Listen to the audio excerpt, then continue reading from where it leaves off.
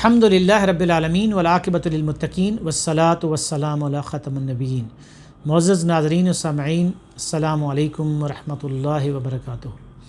نماز ہماری آنکھوں کی ٹھنڈک اور ہمارے دل کا چین اور ہمارے روح کا قرار، اس کے حوالے سے آج آخری پروگرام پیش کیا جا رہا ہے۔ تو آخری جو چیز نماز میں آتی ہے وہ ہے دعا، اور اس میں ہم سستی کر جاتے ہیں، بالکل ایسے ہی کہ جیسے ایک مزدور سارا دن مزدوری کرتا رہے اور جب اجرت لینے کا اور دیہاڑی لینے کا یا تنخواہ لینے کا وقت آئے تو وہ اس وقت سو جائے یا اس وقت وہ گھر چلا جائے۔ اب جب ہم نے اتنا اللہ تعالیٰ کی تعریف کی، حمد کی، درود شریف بھی پڑھ لیا، تو اللہ تعالیٰ کے ہم قریب ہو گئے، تو اب اللہ تعالیٰ سے مانگنے کا وقت ہے۔ تو وہاں پھر جلدی جلدی ایک ہی دعا ہم پڑھتے ہیں، ربی اجعلنی مقیم الصلاۃ، اور اس پہ غور بھی نہیں کرتے۔ تو اس میں دیکھیں کہ یہ دعا جو سورہ ابراہیم میں آئی ہے اور ابراہیم علیہ السلام نے کی ہے، یہ کتنی اہم دعا ہے۔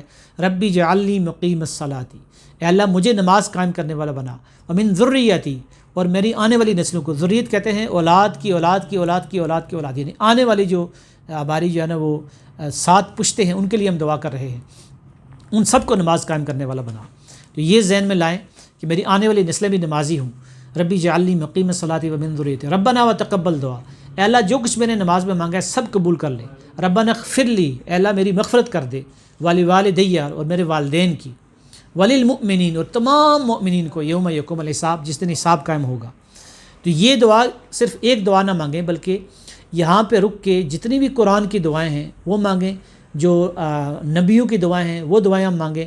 اور دعا کے لیے اصول یہ یاد رکھیں کہ ایک تو اصول پہلا دعا کے والے سے یہ ہے کہ دعائیں صرف پڑھنی نہیں ہوتی، دعا مانگنی ہوتی ہے۔ پڑھنے میں اور مانگنے میں فرق یہ ہے کہ ایک جیسے ایک سائل آتا ہے، ایک بکاری آتا ہے تو کیسے مانگتا ہے، یا بچہ جب روتا ہے ماں سے تو کیسے رو کے مانگتا ہے۔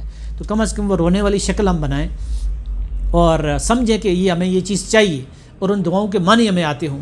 مثلا دعا میں یہ ضروری ہے کہ ہم پورے شوق سے دعا مانگیں، جیسے یہ دعا ہے ربنا آتنا فی الدنیا حسنہ وفی الآخرۃ حسنہ وقنا عذاب النار، اے اللہ ہمیں دنیا کی بلائی بھی عطا فرما اور آخرت کی بلائی بھی عطا فرما، اور آگ کے عذاب سے بچا۔ جب ہم آگ کے عذاب کی دعا مانگ رہے ہو تو ہم گویا کہ بھڑکتے ہوئے آگ کے شعلے ہمیں نظر آئیں، اور ہم گویا کہ اس سے اپنے آپ کو بچا رہے ہیں۔ یہ تصور، یہ تخیل اور احساس ضرور آپ اپنے ذہن میں لائیں۔ اسی طریقے سے وہ دعائیں کہ جو نبیوں کی دعائیں ہیں وہ بالکل ایسے ہی ہے کہ جیسے کوئی بندہ درخواست دینے کسی آفیسر کے پاس جاتا ہے تو آفیسر کہتا ہے کہ یہ الفاظ تم لکھو، تو ظاہر ہے کہ اگر وہ الفاظ ہم لکھیں گے جو خود آفیسر بتا رہا ہے تو پھر تو وہ درخواست ضرور قبول ہوگی۔ تو اللہ تعالیٰ نے خود یہ دعائیں جو قرآن میں بتا دی ہیں، قرآنی دعائیں، وہ اگر ہم یاد کر لیں تو وہ اس موقع پہ ضرور پڑھیں اتحیات کے بعد، جیسے ربنا ظلمنا انفسنا وان لم تغفر لنا وترحمنا لنکونن من الخاسرین۔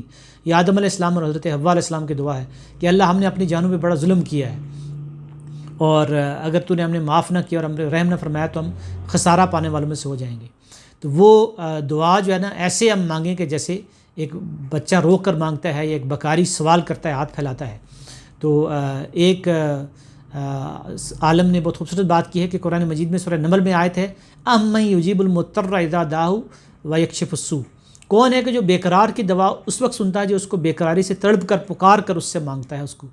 تو دعا میں سب سے اہم ادب یہ ہے کہ ہم تڑپ کر بیقراری اور بے چینی کے عالم میں اللہ تعالیٰ کو پکاریں، صرف الفاظ ادا نہ کریں بلکہ ہمارا ذہن بھی حاضر ہو، ہمارا دماغ بھی حاضر ہو، ہمارا تصور، ہمارا احساس، ہمارا تخیل، وہ بھی پوری طرح اور پورے جذبات کے ساتھ مانگیں، گویا کہ ہم اللہ تعالیٰ کے سامنے رو رہے ہیں۔ اسی طرح جتنی بھی اور قرآنی دعائیں ہیں، جیسے یوسف علیہ السلام کی دعا ہے کہ اللہم فاطر السماوات والارض انت ولی فی الدنیا والآخرہ، یہ دعا یاد کر لیں۔ یا بہت جامع دعا ہے ربنا ھب لنا من ازواجنا وذریاتنا قرۃ اعین واجعلنا للمتقین اماما۔